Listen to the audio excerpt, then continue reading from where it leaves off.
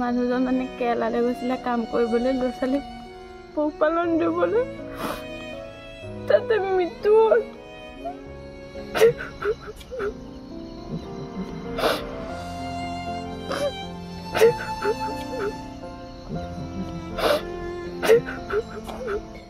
তাতে আছে, আনিব পৰা নাই। মাহঁতো তাতে আছে এতিয়া, মৃত্যু দেহটো আনিব পৰা নাই। এতিয়া অনুৰোধ জনাইছো অসমৰ মুখ্যমন্ত্ৰী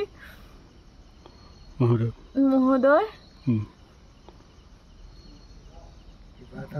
কিবা এটা উপকাৰ কৰে আৰু সহায় কৰে। এতিয়া কি মানে তোমাৰ শাহু আৰু গাঁৱৰ এজন যুৱক তাতে আছে? হয়, তাতে আছে। এতিয়া নাৰ্ছিং হোমৰ পৰা আনিবলৈ দিয়া নাই? নাই দিয়া। মৃতদেহটো তাতে আছে? তাতে আছে।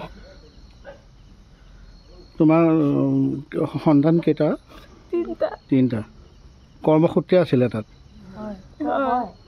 মোৰ ল'ৰাই গৈছিলে কৰ্মক্ষেত্ৰত কেৰেলালৈ। তাতে এতিয়া কোম্পানীৰ মানুহে তাৰ চোৱা চিতা নকৰাৰ কাৰণে অসুস্থ হৈ হস্পিটেলত ভৰ্তি কৰিলে। তেখেতসকলে গা এৰা দিয়াৰ কাৰণে তেওঁ মানে তাতে মৃত্যু হ'ল। হস্পিটেলতে মৃত্যু হ'ল। এতিয়া কি হৈ আছে? এতিয়া ডেড বডিটো দিয়া নাই। কি কৰিম কি নকৰিম, ছাৰে যেন মোক অকণমান উপকাৰ কৰি দিয়ে। কাক কোনো জনাইছে?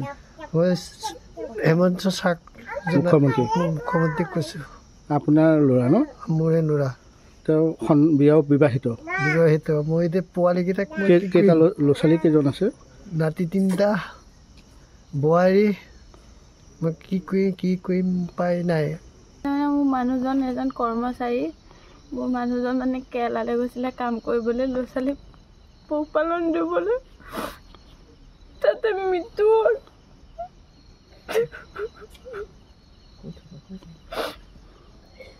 তাতে আছে, আনিব পৰা নাই। মাহঁতো তাতে আছে এতিয়া, মৃত্যু দেহটো আনিব পৰা নাই। এতিয়া অনুৰোধ জনাইছো অসমৰ মুখ্যমন্ত্ৰী মহোদয়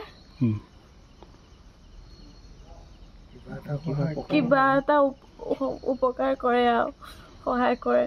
এতিয়া কি মানে তোমাৰ শাহু আৰু গাঁৱৰ এজন যুৱক তাতে আছে? হয়, তাতে আছে। এতিয়া নাৰ্ছিং হোমৰ পৰা আনিবলৈ দিয়া নাই? নাই দিয়া। মৃতদেহটো তাতে আছে? তোমাৰ সন্তান কেইটা? তিনিটা। কৰ্মসূত্ৰে আছিলে তাত?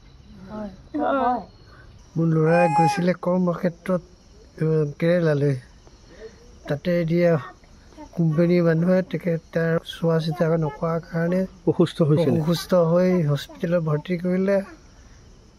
তেখেতসকলে গা এৰা দিয়াৰ কাৰণে তেওঁ মানে তাতে মৃত্যু হ'ল।